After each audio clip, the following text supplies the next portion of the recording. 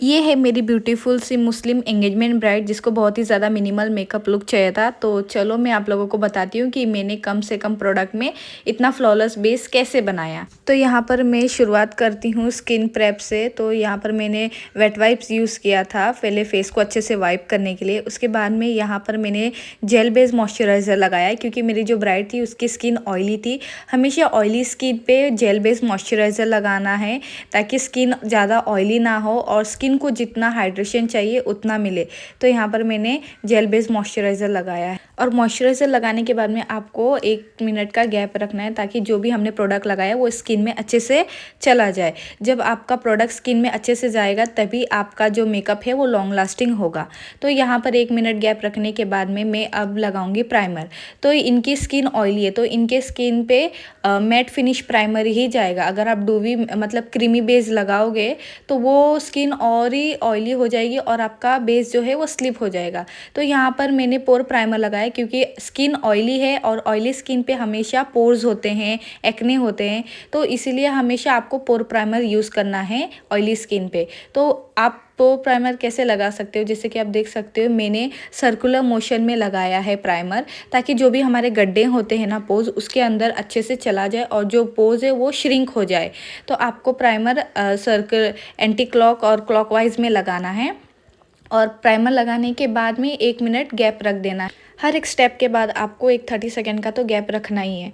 तो प्राइमर लगाने के बाद में नेक्स्ट स्टेप हमारा आता है कंसीलिंग। कंसीलिंग क्यों करते हैं, जो भी हमारे जो डार्क सर्कल्स होते हैं ना उसको हम हाइड करने के लिए कंसीलिंग करते हैं। अगर हमने ये स्टेप नहीं किया, स्किप कर दिया तो हमारा मेकअप ग्रे हो जाएगा और हमारा बेस फ्लॉलेस नहीं आएगा। तो यहाँ पर मैंने 2 शेड डार्कर कंसीलर यूज़ किया क्योंकि उतना पिगमेंटेशन नहीं था। अगर ज़्यादा पिगमेंटेशन है आपको तो आपको ऑरेंज कलर करेक्शन यूज़ करना है। मेरी मॉडल मतलब मेरी जो ब्राइड है उसको उतने पिगमेंटेशन नहीं था इसलिए मैंने 2 शेड डार्कर कंसीलर यूज़ किया है और हाइड कर दिया है।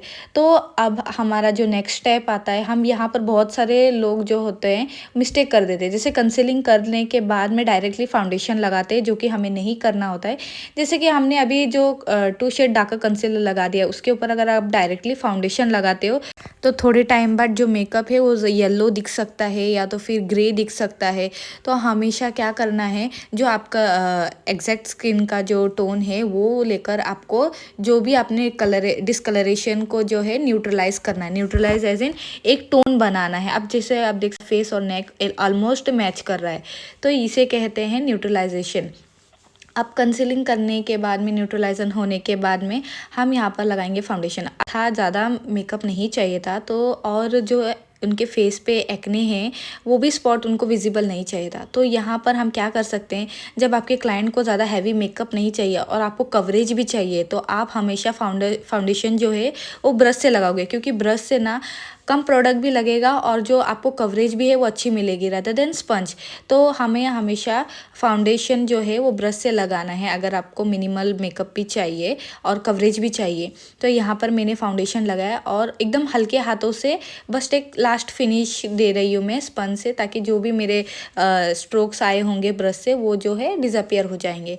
तो यहाँ पर मैंने दोनों साइड पे फाउंडेशन लगाया, देख सकते हो आप। मैंने सिर्फ 2 ड्रॉप तो ये फाउंडेशन है फॉरएवर 52 का और उसको मैंने अच्छे से मिक्स करके ब्रश से लगाया है और ब्यूटी ब्लेंडर से उसको लास्ट टचअप दिया है ताकि जो भी हार्श लाइन है या स्ट्रोक्स आए हैं वो अच्छे से इमल्सिफाई हो जाए। तो आपको फेस के साथ साथ नेक और ईयर भी कवर करना है ताकि वो अलग से ना दिखे। अब फाउंडेशन लगाने के बाद में नेक्स्ट स्टेप आती है हाइलाइटिंग। आप हाइलाइटिंग थोड़ा स्किप भी कर सकते हो अगर जिसको बहुत ही ज़्यादा नेचुरल चाहिए।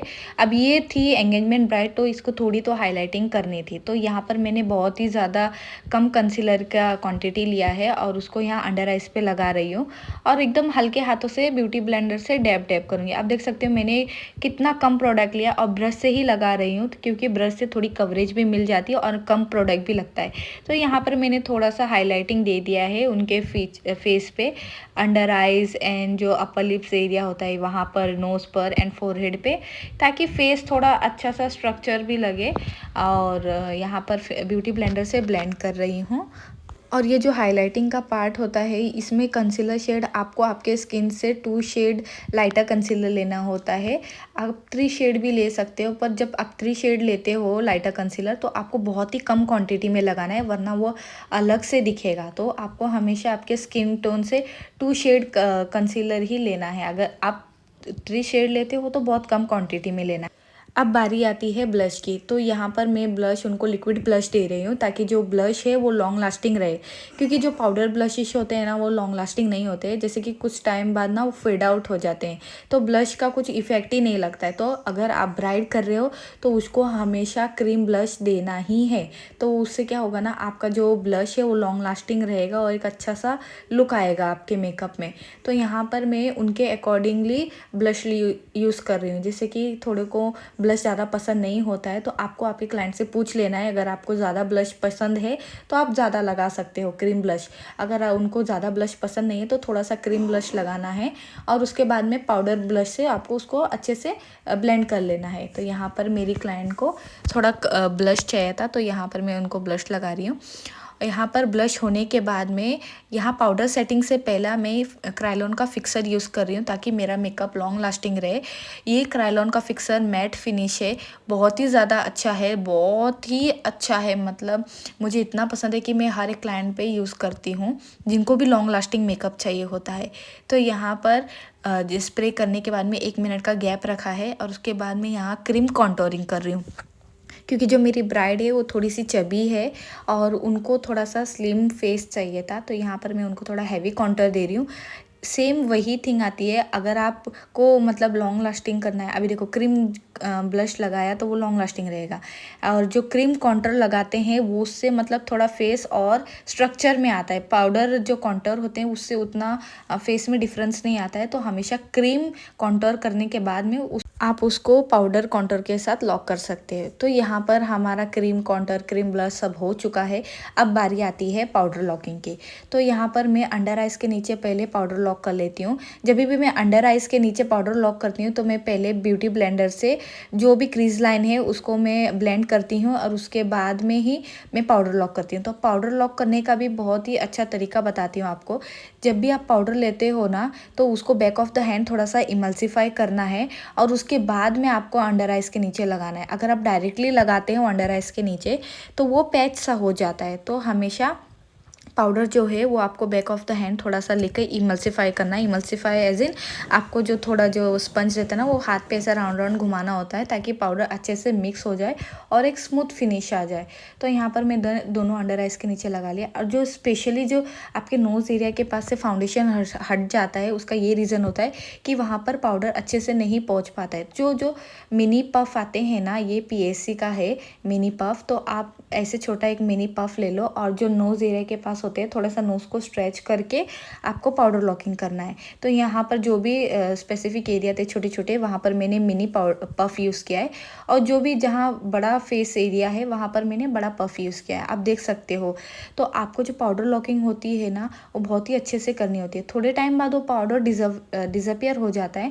तो अगर आप कम पाउडर लगाओगे तो आपका मेकअप ट्रांसफ़र होगा। तो पाउडर जो लॉकिंग होती है बहुत ही अच्छे से करनी होती है। स्प्रे हम लास्ट में करते हैं तो वो फिर अपने आप में डिज़ोल्व हो जाता है स्किन में। तो पाउडर लॉकिंग अच्छे से करें। तो ये था मेरा ओवरऑल लुक। यहाँ पर मैंने दो आई मेकअप और लिपस्टिक के है वो नहीं लिया था वीडियो, तो आप लोगों को मैं अगर चाहिए तो इसका ट्यूटोरियल अलग से मैं अपनी स्किन फेस पे दिखा दूँगी। पर ये तो मेरे ब्राइड का फाइनल लुक विदाउट लाइट। आप देख सकते हो मेकअप कितना अच्छा लग रहा है, मतलब एक इवन टोन लग रहा है और फ्लॉलेस भी लग रहा है। और यही मेकअप अगर आप लाइट में देखोगे तो और ज़्यादा सुंदर लगेगा। तो आई होप तुम लोगों को ये वीडियो अच्छा लगा होगा। एंड राधे राधे।